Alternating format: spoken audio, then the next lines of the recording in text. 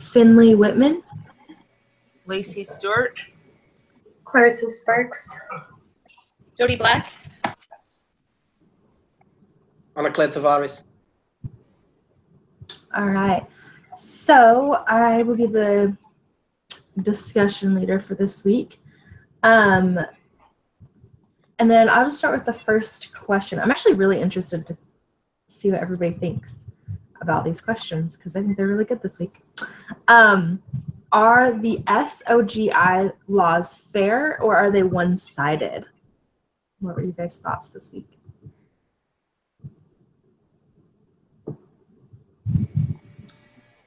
I think that they're one-sided. That's what I got from a lot of the reading from them and the videos. They want, what they want, but they don't want any exception to what they want, even if it's a small majority of people. Like the guy in the video was like, I feel like the LDS Church is moving in the right direction with, these new laws and things, but it's still giving them an out based on their religious belief. And that's not right because that's still discrimination. And yeah, I don't know. I'm up here in Washington too, so I get like a totally different aspect of it because we have a really big, Seattle is a really big, community, and they've been doing, it's Pride Month, and so they've been doing all of that, and so it's just been really like in your face with posts and news coverage and things, and so maybe I'm a little biased this week with all of that because I'm just like, can the month be over already? Because I'm like, it's, I'm great for them to be able to, make their choice, but I'm like, just, do you not have to shove it in my face like every 2 seconds? So, but yeah, anyway, so that's my stance on that one. Yeah, I thought it is definitely one-sided. I was trying to even find a way to see if I could see it as a dialectic issue, that there's like a fair side for both sides, but I couldn't find a way to make it work where like the other side, our side. And yeah, like, I don't know, it was just really interesting to see how with all the videos that we saw from the LGBT people, how they're like, oh, the Mormon church still has a long ways to go and they still have to accept these things.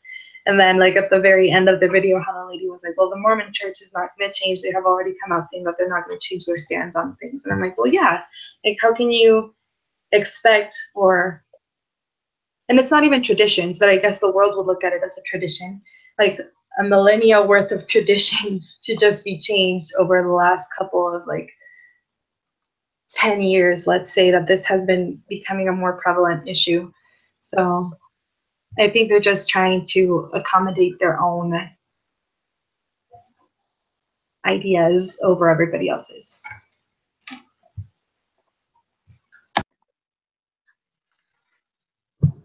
Yeah, I definitely think that they're one-sided. And I feel like a lot of anger and shame is used to make these laws seem normal, or not normal, but acceptable. And I don't think that that's a fair tactic. I mean, you read about how they pull the plug on certain grants and things and certain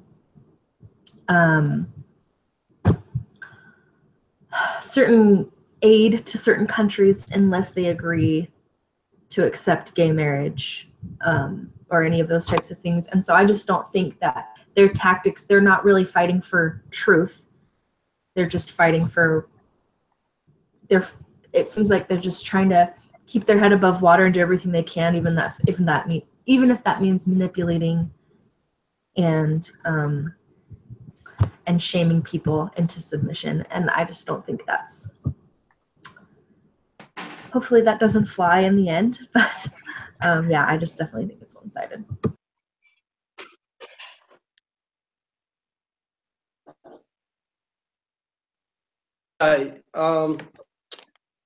Yes, I believe that sexual orientation and gender identity laws create a new protected class of people based on the inclination and behavior, not biological realities of race and sex.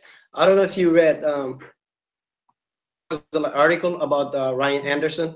I believe it was 2 weeks ago or a week ago, and he points out like both sides needs to be careful to define terms. And he says that there is a difference, for example, between discrimination and making distinctions. Specific bathrooms and locker rooms, or for instance, are not based on discrimination, but upon observable and common sense distinctions. So, and there is another distinction: religion adoption agency with children entrusted to their care with the same-sex couples, not because of their sexual orientation, conviction that children deserve both mother and father. It's a kind of complicated, in situations, but we as a member of the church, we have to balance that, and to know where we can draw the red line. Or make put ourselves in a bad situation, but also the other people. And I also agree with everyone that it's one-sided. I think the scripture, by their fruits you shall know them. And just the examples that, like the Olympic torch that couldn't be run by that gentleman, and then different businesses and all of those things, their actions are showing that you cannot have a different stance. And that's why it is one-sided. That's great. Well, then let's go into this question. I'm actually really interested to see different thoughts about this question. Should we promote or discourage laws that allow men to use women's bathrooms and vice versa? It shouldn't happen. It shouldn't. And here's the thing. It's that, again, we're dealing with a small, majority of people that identify this way, but it's all the other people that take advantage and abuse it. It's the people that want to say, I'm feeling like a woman today and I want to use the restroom, just to see women naked, or, changing rooms in the locker rooms. Or for, rapists to be able, to go in. And it's just, it opens the door for things that it's not meant to be for. And again, it kind of goes with the first question that we talked about, with it being one-sided, when we're like, well, we can make specific changing rooms for you guys. And they were like, no, then that, totally points me out and lets everybody know that I'm transgender and I'm different. When I'm like, you're parading down the street right now in Seattle, shouting from the top of your lungs that you are this, but now you're offended if we make you like your own personal bathroom to use to kind of address it. We were dealing a lot with this with the YMCA because they changed the rules. And I have 2 young children. And my daughter is 8. And so she's just getting to the point where I'm like letting her go to the bathroom by herself, or we were doing swim lessons. And now I have to like worry about these types of things, because even though they have 2 separate bathroom sides for like 15 and under, and families, and then like the ladies, it's like, it's all open and you can walk. There's 2 entrances and you can get to it from the pool and from the inside. And so, yeah, there's just a lot of things to take into account. I mean, they have family changing, like bathrooms and changing rooms. So I'm like, you know what? I don't care. I'll go use those ones. And then you guys can just do whatever you want. And they redid the inside of the bathrooms. And so now they have additional changing bays in the locker rooms there that have doors on them. So there's still the benches and the rest of them, but they had to go and redo it. And it's like, really, I'm like, can't we just go to the bathroom in peace? Like, who cares what you are? Just use a bathroom. At least we have indoor plumbing. Like, let's be grateful for the small things, right? But yeah.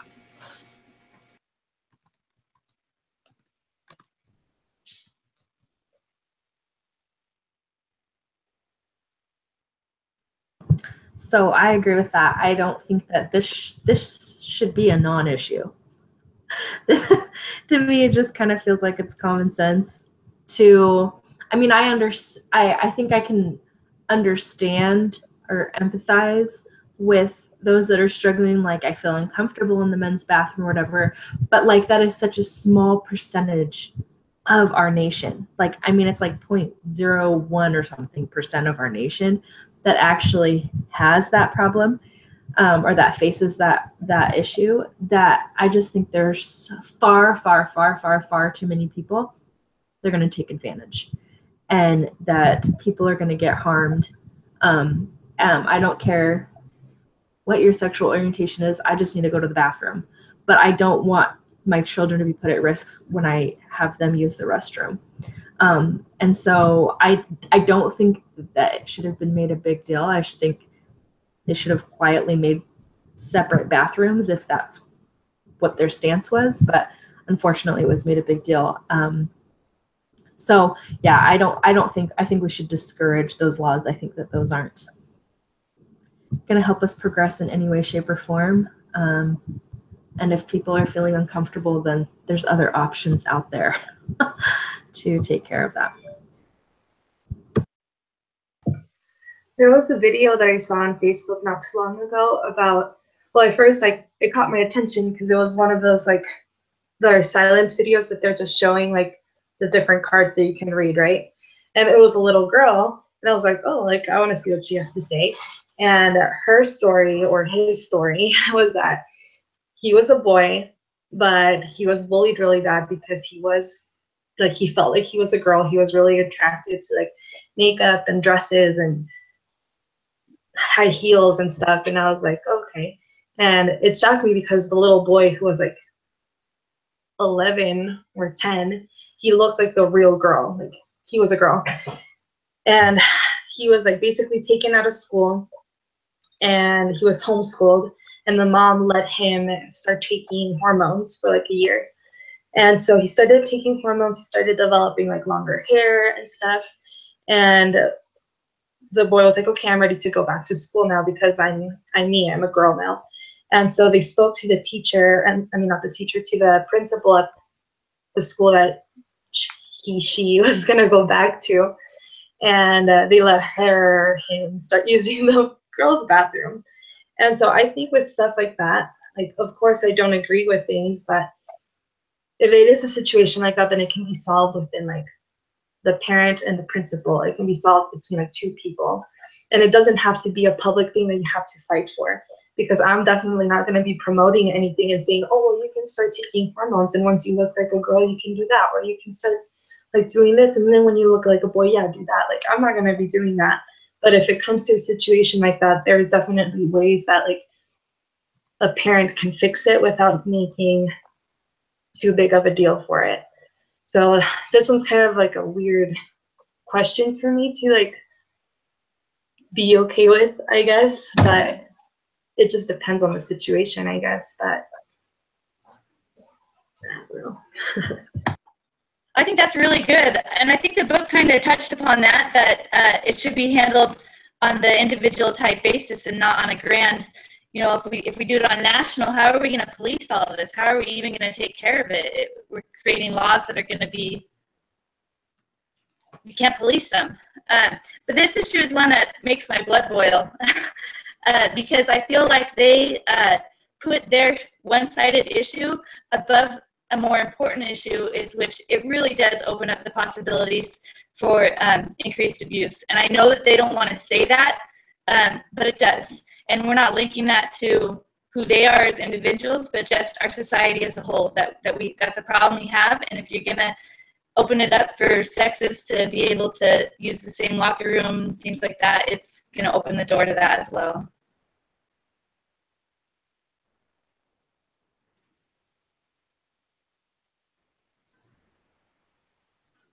Yes, just a quick answer to the question. I think we should not support it at all, and it's insane. This is it's absolutely incredible. If they even to think to create a law that you can use any bathroom when you feel like it. You know, that's it's going to create a lot of problems, a lot of legal issues, and worse. And like you guys mentioned earlier, it says about like they feel uncomfortable to use the if you're female or transgender, you know, if you're female, you feel like you're like a male, you want to use a male bathroom because you feel uncomfortable, but you might make other people feel uncomfortable, you know, in the bathroom that you use it also. So I think this should not be, you know, we should not encourage at all. So That's great. I think everybody brought up some really good points. I liked Jody's point about policing, like they're creating more problems. They're creating more things for them to police.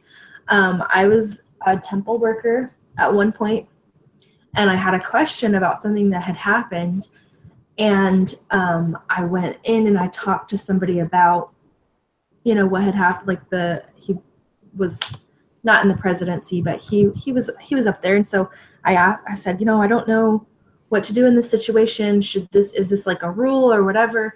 And what he said was really interesting. He goes,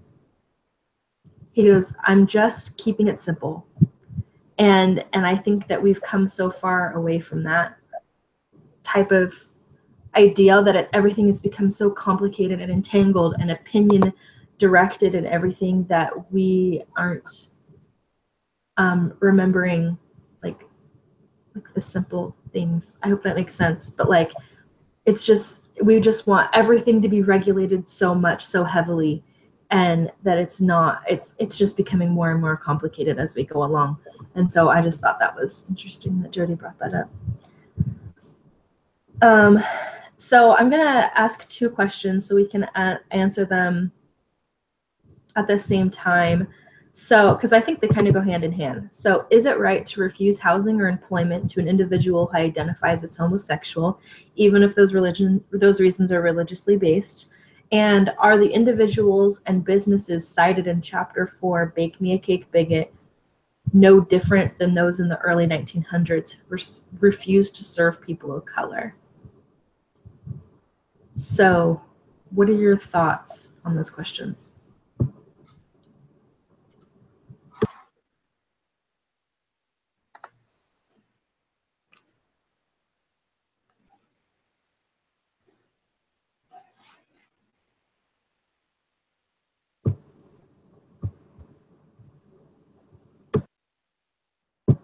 I can go ahead and go first. So is it right to refuse housing, employment to an individual who identifies as homosexual, even if it's religious based? I do not think so. I think there are other things that we have to stand for, but I don't think refusing a home or employment to somebody who identifies as homosexual is correct, unless it is becoming like a problem. But I would not want to hire a straight person who is flaunting, like is being inappropriate at work anyways either. And so I don't think that jobs or housing should be refused to homosexuals. I think that is discrimination because they're not doing anything to infringe on your religious beliefs, I don't feel like. And yeah, so we can just answer that first. Sorry, we'll just answer that first question. They're related, but we'll just do the first question first. So what do you guys think about the housing and employment? So I agree with you, Finley. I don't think that people should be denied their basic forms of living, such as, you know, housing, how to make money, you know, food, things like that, things that are not a choice, things that are an absolute necessity. It's kind of like what the chapter talked about with, you know, race, you know, that's just something that you are, you know, it's not debatable. The color of your skin is the color of your skin. Whereas we need to eat food, we need to have shelter, we need to have water. So the basic necessities, I feel like, are not debatable, no matter what you believe on it. Everybody should be provided those basic necessities. It's like the pyramid. Everybody gets the bottom block. And as you move up, you know, or want to move up, things are going to differ. Circumstances are going to be different. You know, that might not be allowed, but I feel everybody gets the bottom. Everybody gets the base of the pyramid. And so for that question, I completely agree. And I feel like on the religious aspects, we wouldn't want to deny those people that anyways, because when you start looking at that, it's like do you want to harm a life? Do you want somebody out on the streets? Like, and if you're, you know, truly, you know, being religious, of course not. So, you know, it's always funny when we start talking about these debates and people, you know, start pulling the religion card and they start thinking that we're like these, you know, horrible people. But it's like when it gets down to the basics of it, you know, we're out to protect everybody. So for this one, yeah, I don't think that should be allowed. But I don't think it's going to happen, you know. True. So, quick question for you, Lacey. Like, if you want a house and a sex couple, I mean, like the marriage, you know, gay couple, apply, you know, for you to rent a house, would you rent their house? So at first I was thinking like, oh man, what happens? Like, it's different if it's like, you know, an apartment complex I'm working for and then my home. But I mean, if you're going to put your home up for rent, I mean, there's certain laws and rules. I mean, I'm a landlord, but like, I can't, you know, dictate what goes on inside my house, renting out to even a straight couple, you know, or people, you know, if they want to throw parties or what. I mean, there's things that happen. So for me, that's kind of one of those things where it's like, I'm renting out my home to rent out my home to a family in need. And what they do in their bedroom on their own private time it's their business. It's not mine, you know? And so, yeah, I would. If they qualified and they could pay the rent, they can have the house. Good. Good. Because it made me reflect to the last week when we discussed about the florist lady, because she was support the guy before he decided to marry. She used to sell her flowers, but because she was getting married, she said, no, I'm not doing that, you know. So that's why I relate this question to you, you know. So yeah, because she didn't and so want to I would just support. flip it and I would just be like, I'm supporting people being protected and having a home to live in. Yes. And what they do for their extracurricular activities is not on me. Like, so. Yes, because yeah, Yeah. I agree with you. It's something like if you own a restaurant, if a gay couple, you know, arrive to a restaurant, you're gonna get kick them out, the food or whatever. So Right. Perfect. Yeah, I'm on board with everyone, and I think really a large majority of the nation is as well, that we just don't allow discrimination in that manner to not provide housing or employment. I think it's just a simple, we don't tolerate that. Yeah, same here. I was gonna say something, but I forgot what I was gonna say because then I got distracted by the question. But I agree with everybody. I mean, I don't think it's okay for people who really are bigoted to just hide behind religion. I don't think that it's okay for people to be denied like their own basic human rights. You know, like we are all here together and we're all searching for the same thing, which is happiness and comfortability and stuff. I don't even know if that's a real word.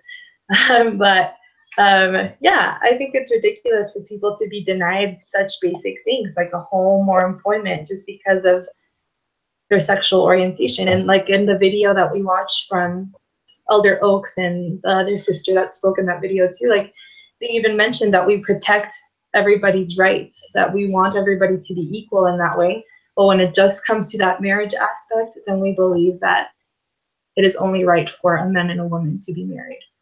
And that's like the only thing that we really stand against. But people who are the LGBT community, they try to morph it into like, well, no, you're actually against everything that we are.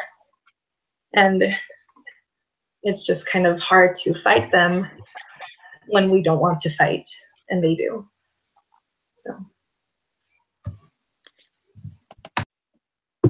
I agree. That's great. All right, so the next question is, the individuals and businesses cited in Chapter 4 Bake Me a Cake no different than those in the early 1900s who refused to serve people of color? No, I do not think so. I think that in the 1900s, it was really because of an ignorance of the African American community in the United States. I think it was out of, especially unfortunately in the South, it really was out of hate and this thought of they were superior. And so I don't think that is the same. I don't think, because back then, people of color were not infringing on any of our rights. They were just trying to be people, citizens of the United States. But the people in chapter 4, I believe they really, they did everything. They served these people, they employed these people, they did the whole thing. But when it came down to wedding services, they just didn't feel like they were the best person to do something like that. And so I don't think it was out of hate. They did it very kindly, I believe. And so, I think it's very two different situations. I agree, Finley, and I kind of touched on this with the last question with, when we read the chapter. I feel like with, the race issue, that was something that it can't be changed. Like, that's the color of your skin. It's not a decision. And, the right of marriage and what it is that, or your sexual orientation, I feel like that's a choice, but it's argued. It can't be proven either way, whether we're biologically born this way or whether it changes. I really liked the end of the chapter where it said that most people who identify this way, it's fluent. They change through stages of their life. And so it's like, how can we accommodate for, this when you don't even know what you're going to be tomorrow? Like, we can't keep up with your demands, and then you get mad or upset when, we're not up to par with what you're crying or demanding for, but you don't even know, like, or when these transitions happen, you don't even know they're occurring.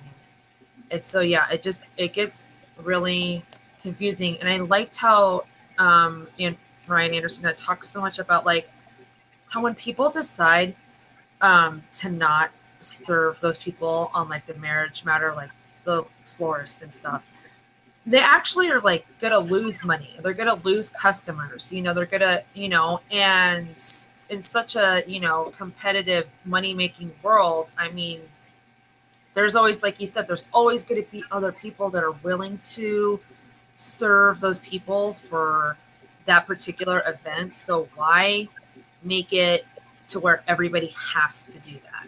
Like, it should be a choice. And nobody said that because you have this, choice, whether you believe it's a choice or not, that it's going to be even all across the board. I mean, look at healthcare.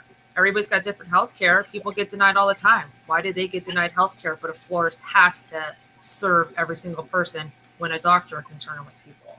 I mean, there's bigger issues to be arguing over here and fighting for more of the general public than, if somebody doesn't want to serve you flowers on your wedding day. It's not the same when it's a small group of people for, like, one or two particular reasons, as opposed to a whole race of people. And I really liked, I forget who talked about it before, but when they said with the interracial marriage, it didn't change the definition of marriage. It just allowed more people to be married. And I look at it like, I love analogies that are really small and simple. It's like an apple and an orange. Are they the same? No, they're not the same. So should they both be called the same thing? No. But are red apples and green apples still apples? Yes. So should they be called an apple? Yes. And that's how I looked at that with, like, the interracial marriage, and then, like, the sexual orientation and gender identity marriage issues. So yeah, that's a good analogy. I like that.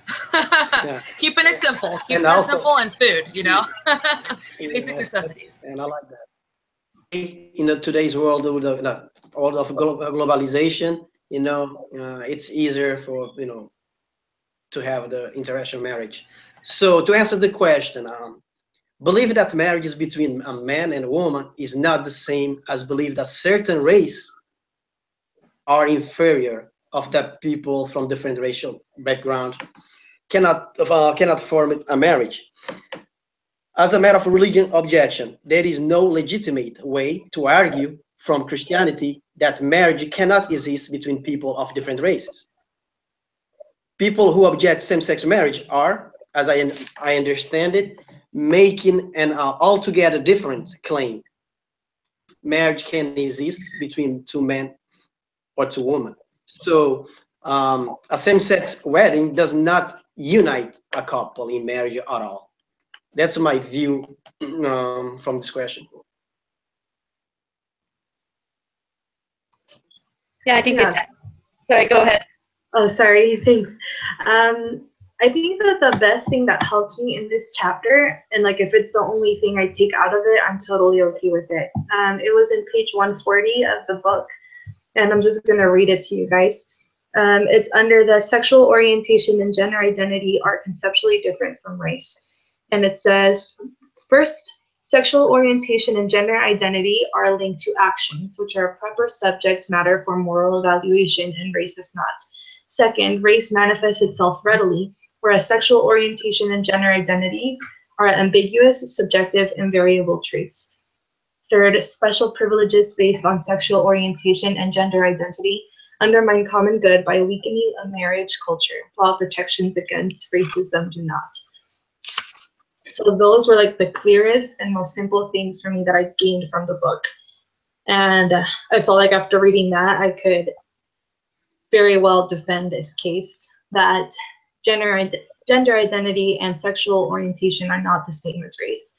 And so with that question, are those people that decline the service to the same-sex couples, like it's not the same at all. And I agree with everything that you guys have said. But I think that those 3 points that Ryan Anderson specifies in this section are really good at defending that point. And this is like the only answer I would probably have for that. But Yeah, I was thinking about what Lacey said about keeping it simple. And the book talked about reasonable and unreasonable things. And I think that is an easy way to look at it. Race, it was very unreasonable to discriminate on race. It's wrong, we simply don't do it.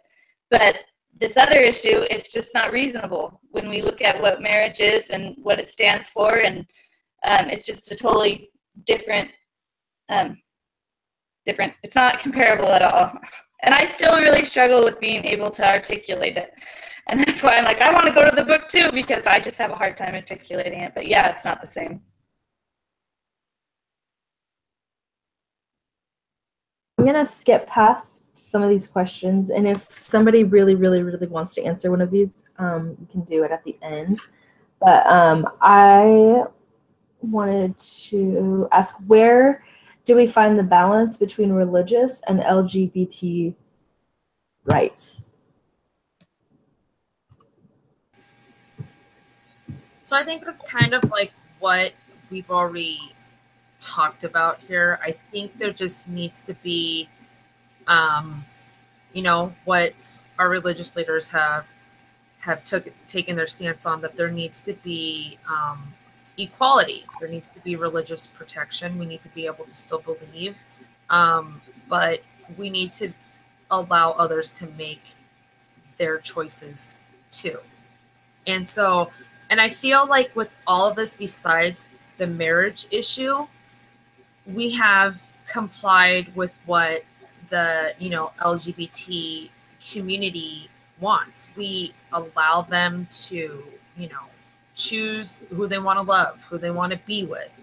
We're taking a stance and saying, no, it's not right for somebody to deny you housing or employment. There needs to be more, you know, talks on healthcare, because I get the reason that a lot of them want to be married is because they don't get insurance coverage. And Ryan Anderson made a great point in when he was with Pierce Morgan on his show. I don't know if you guys watched a video of it, but he said, you know, there needs to be more stance taken on those things, because, and not only just for gay couples that want to get married, but he said, what happens if two sisters live together for decades and one sister at the age of 70 died? Should the other sister that was living with her be denied her retirement or, you know, insurance or things like that? So there should be different types of laws made or focused on, you know, to cover people that way. So I think when people get all caught up with the marriage thing for things that they want, it's all those other things that could be, that should be the issue, and that should be what should be addressed and changed. It shouldn't be what marriage is, because that's what the definition of marriage is. So if you're not a man and a woman getting married and potentially having children, then it's not marriage. It's something else. And I don't know. Yeah, it's one of those questions that's really hard to answer, because it can easily start to become a slippery slope. But I think we should be able to believe that certain choices are not okay, but people have the right to make those choices in the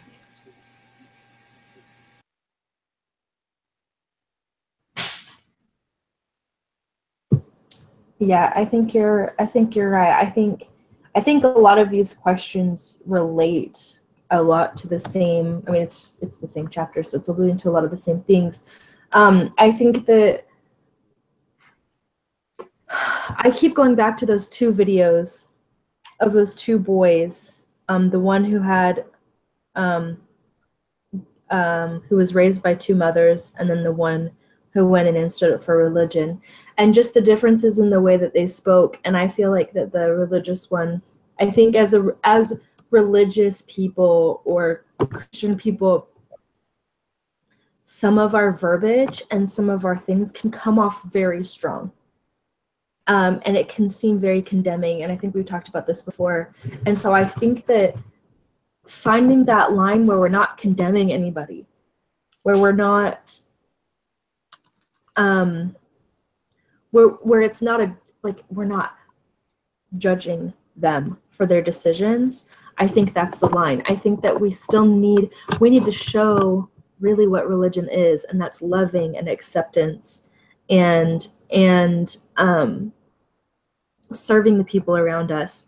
I do think that the marriage issue needs to be more clearly defined. I think that we need to have a better stance on something like that, as far as the way we go about discussing it and defining it. And I'm sure people have, but I think that there are times where we just really come off sounding bigoted, and we need to, sometimes I think there are times we need to readjust the verbiage that we use. But I think that when it does come down to, when it is infringing on our religious beliefs, that's when we need to draw the line. But other than that, I feel like we need to be accepting and loving and understanding of people and their decisions that they make in their life, and not treat it as a I'm on this side, you're on this side type of situation, where it's let's be citizens together, let's be friends here and try to find common ground. Yeah, I agree. It's kind of, at least for me, I keep thinking that it's kind of hard for us to show that when the LGBT community is seeing that we are discriminating them, like we as religious people are discriminating them, when in reality, they're also discriminating us by just having a religion. And it's really hard to kind of find that balance, because we are kind of fighting like an ongoing, like it's a never-ending battle right now, because if they don't realize that we're not trying to like bash them completely, they're going to still think that we're terrible people. And so I think that it's important, like I don't know even how we would be able to do this, but at least to try to tell the LGBT community that they're also discriminating us, and that we also have rights that protect us, and we want to help them get their rights, but we can't help them if they don't help us. So there has to be a way that we can all come together and do that. But as for right now, like Lacey said, it's a very slippery slope when you're going down this way, because it can either be very heavy on one side or on the other. So yeah, like we do have a duty to be loving and respectful and show as much care as we can to those people. But how do we do it when they're being discriminative against us as well? Like, I don't know how that would work. So does anybody have any ideas or comments on that? That's where it gets really hard for me to answer, because I feel like a lot of the LGBT community just kind of just doesn't want to hear any other side of it. I feel like they've just made up their mind and they want everything, and there's no room for debate. And so I feel like I'm talking to a brick wall when you encounter people like that. And the only thing I worry about, to where it might get their attention with things later, is when even harsher situations come up, which I know Finley and I just briefly talked. She got the book Stand for Family. And in that book, it talks about how these extreme groups, because this is where like the BT community went to the United Nations to start getting these laws passed because they weren't heard here. There are extreme groups that want that are pushing for laws now that have been since the same-sex marriage law has been passed to marry minors, for adults to marry 8, 10, 11-year-olds because they're in love and they should be able to not be denied marriage. So it's pushing for really extreme. There's even a group that believes that they should marry animals.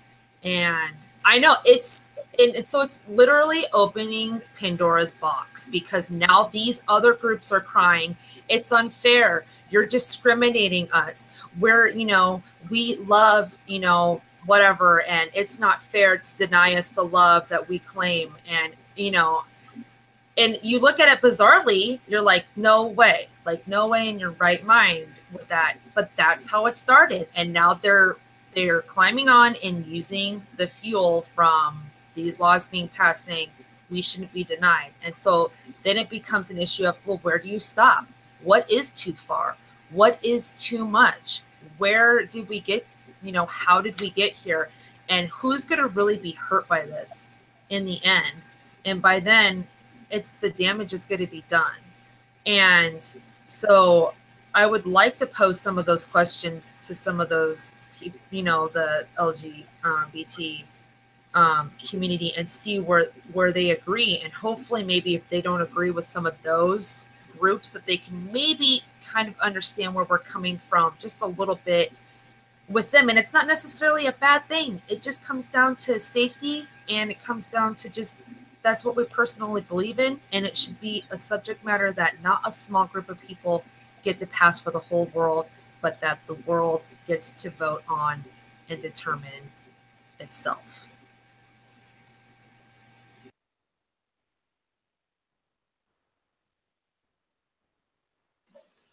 Yeah, sorry, I was just going to say that's a really good point, and that I agree with it, so thank you. Yeah, it made me think too, just how they're expanding everything. I mean, we read the LGBTQ, RX, A, B, C, D, E, and the only thing that they're not willing to include, I guess, is M and F, male and female. So that's total discrimination right there. So it certainly is one-sided, and so hard to point out what they're screaming for is what they're denying us.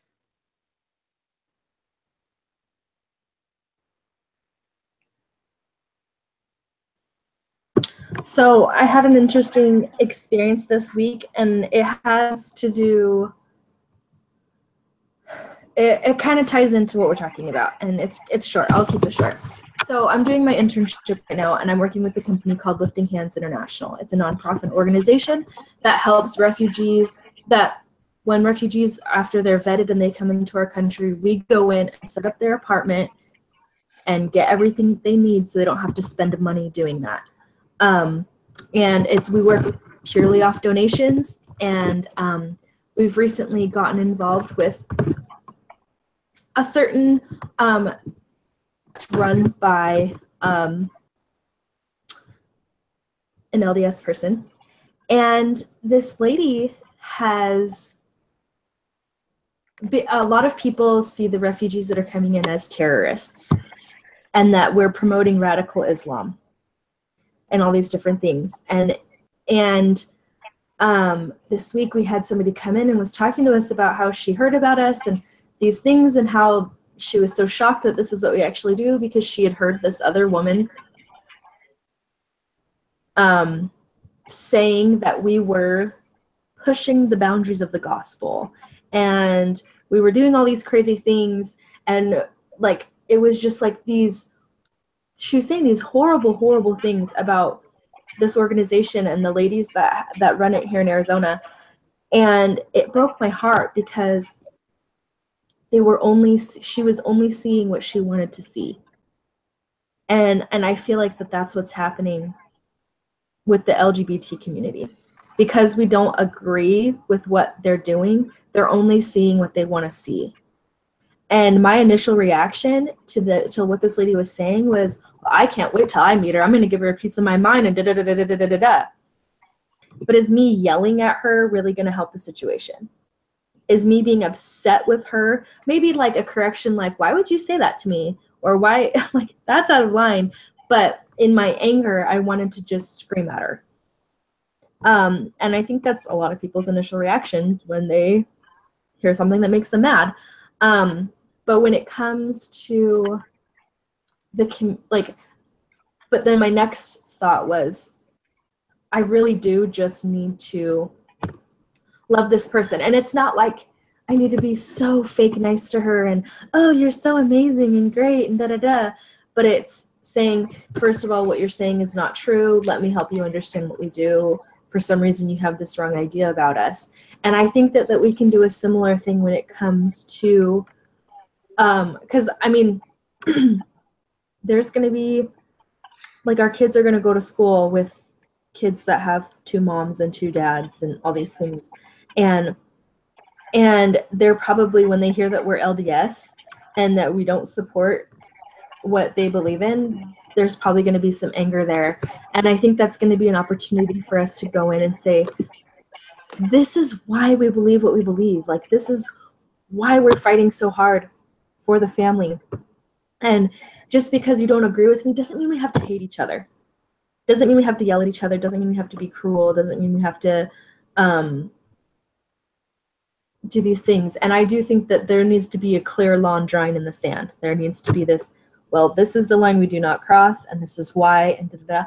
But I do think that we can still operate as a community, and that we can still come together, like the chapter that we read this week was talking about, just the importance of coming together as a community, and how strong that makes us, you know, psychologically and physically and economically. And so I think that that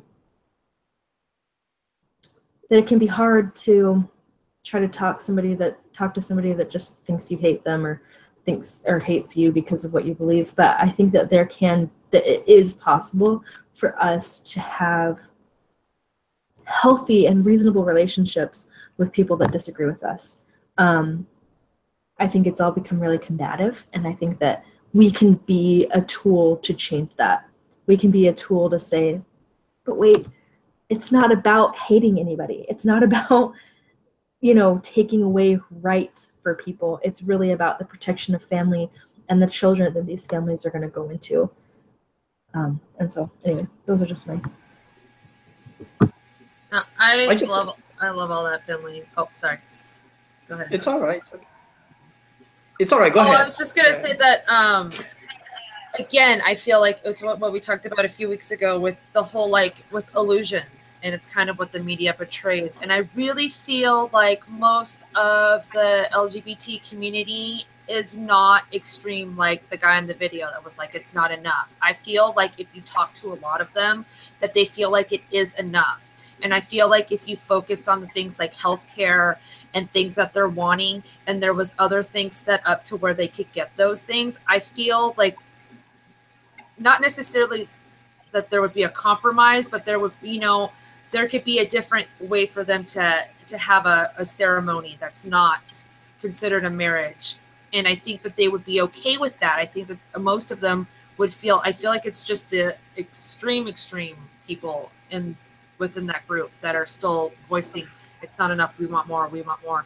And again, it kind of falls back for me personally. I'm like, not everybody is going to get to enjoy these things. It's like Mother's Day and Father's Day. Is everybody a mother? Is everybody a father? Can everybody celebrate that holiday? No, but so should we just remove that holiday altogether, you know, or Grandparents' Day or whatever, you know, like, I mean, not everybody is going to be able to celebrate every single little thing. And that doesn't like make you a bad person or make you like, you know, just excluded from every other little thing. It's okay. It's what makes us different.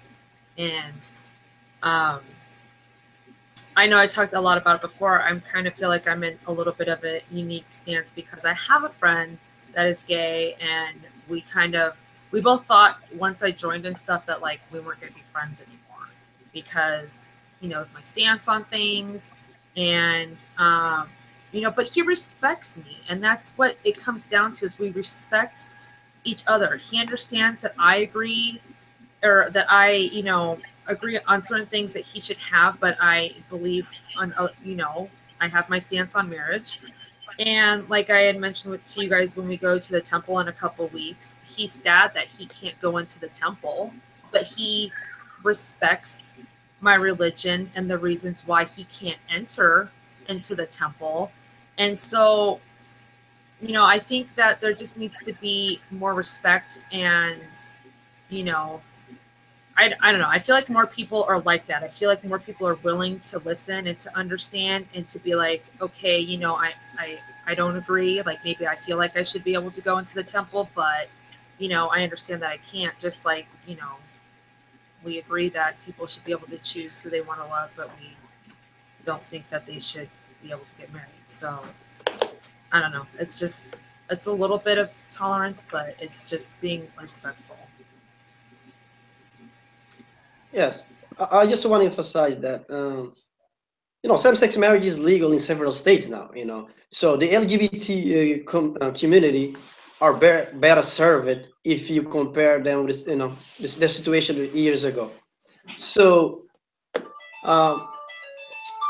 what they want is to change a law that was created, you know, since the creation of the world.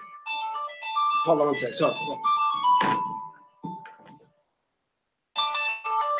Sorry. So, like I was saying, since the creation of the world, which is a marriage between a man and a woman. So they want the church to change their beliefs and doctrines. This is what they want.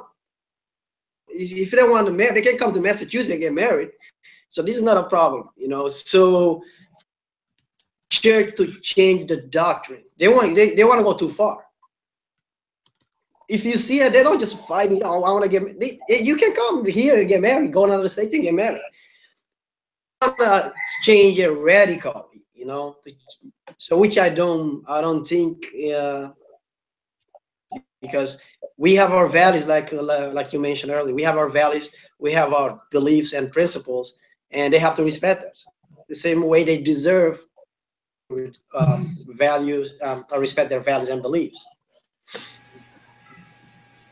I completely agree, Cleto. And that's another huge issue that I've seen news coverage and things on, is that people can go to those states and get married, and they can cross back over to their state. And that doesn't change because they cross the state line, that their feelings for who they're with and who they love and whether they consider themselves married or not. And so that's why I feel like it needs to be brought down. It should not be, you know, at the Supreme Court level. It needs to be a personal matter. I know a lot of those people were arguing, though, that with the healthcare coverage, it wasn't recognized in their state. And so when their partner got sick or whatever, even if they were under their insurance in one of the recognized states, if they were on vacation and their partner ended up in the hospital, that their insurance did not recognize it there and did not cover them. So again, I feel like the argument is not marriage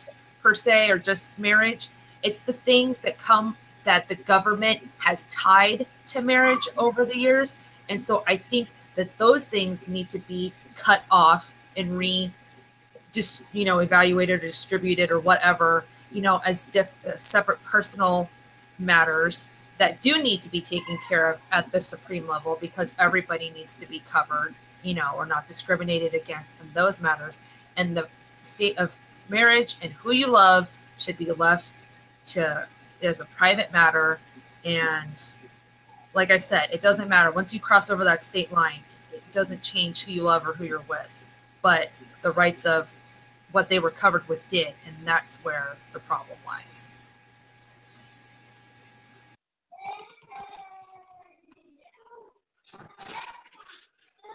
Does anybody else have any more thoughts about this discussion, or have any questions that they did want to address that we didn't get to address? Yes, I could go without mention this one. I'll feel guilty mention that. Is that question about how does this chapter help you? The argument in the LDS Church that the brethren will change their position on marriage because they change their position on blacks of the priesthood. So one of the questions that that I had, this is what I before I convert to the church, this is one of the questions that but it didn't hold me to get baptized. But the black priesthood ban. So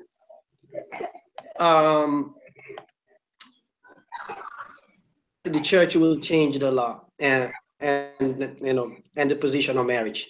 The black priesthood ban is another story, you know, because, for example, when the Joseph Smith organized the church, black people were allowed to receive priesthood. Then the prophet Brigham Young received the revelation to ban the priesthood to black people. Later on, the President Spencer W. Kimball restored the priesthood to the black people. So it's been like back and forth. Marriage, I mean, you know, to say yes, the church is allowed now today. By 2025, you guys cannot, you know, cannot get married. But the black priesthood holder was different. It was in and out, you know, so it's and also I want to baptize, and I had a question. I asked missionaries about the priesthood ban, and they answered the question, but it didn't convince me. So, but I still baptized, and I had opportunity to talk to the bishop, and the bishop answered that it didn't convince me. And then I had opportunity to talk to the stake president. I asked the stake president the same question. It didn't convince me. I say, I see what is going to go. Maybe I'm going to talk to the prophet directly. So I was no, just kidding. But the way it was going through. But I researched and I found the answer. So, and I found the answer right here in this book. I don't know if you read it before. This is the great book for missionary, especially if you're teaching black people. It's awesome. I found the answer right here. So I don't know, to answer this question though, I don't think you know, I don't think the church will ever do that. You know, with a marriage situation, no. But yeah, because I agree with that, and because being black is not a definitive of who you are. It's the actions of what you do that make it so that you don't receive the priesthood, that you can't go into the temple. So if you're black, that doesn't mean that you're a bad person, not at all. It just means that you have different colored skin, and you're still a great person because of it. And with these people, I think this chapter really helped me understand, because the thing that's going on with the LGBT is their own choices that they make and the actions that they do that defines whether they can enter the temple or not. Because you can still be gay, but you are not acting upon those things, and you are worthy enough to go into the temple. It just depends on what you do and what choices you make, basically. So that's what this chapter helped me a lot with. And I'm glad you brought that question up. That was a really good one. Should I go ahead and do the summary?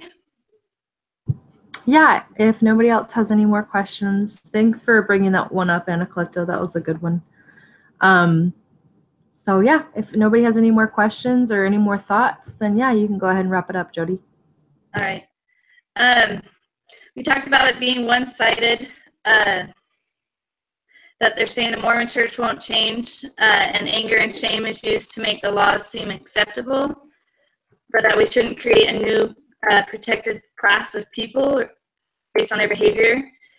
We talked about the bathrooms issue, and that it's going to open up things so that it wasn't intended for, and that they could have different changing stalls, but that wasn't enough for them, and so kind of like just keep pushing that issue. And we talked about common sense in regards to that, and then we all agreed about it's not right to refuse housing or employment based on those things, but we need to protect everybody's rights, and it's different than denying businesses in earlier years due to race is different than the marriage debate. Bans on interracial marriage were based on racism and had nothing to do with marriage. Sexual orientation and gender identity are linked to actions, which are open to be looked at, whereas race isn't. We talked about healthcare and wanting to give rights to everybody. The LGBTQ only seeing what they want to see, and that anger can be our initial reaction, but how we need to love people.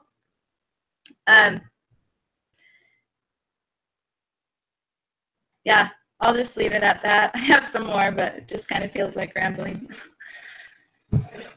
Awesome, thank you. I'm going to go ahead and take us off air.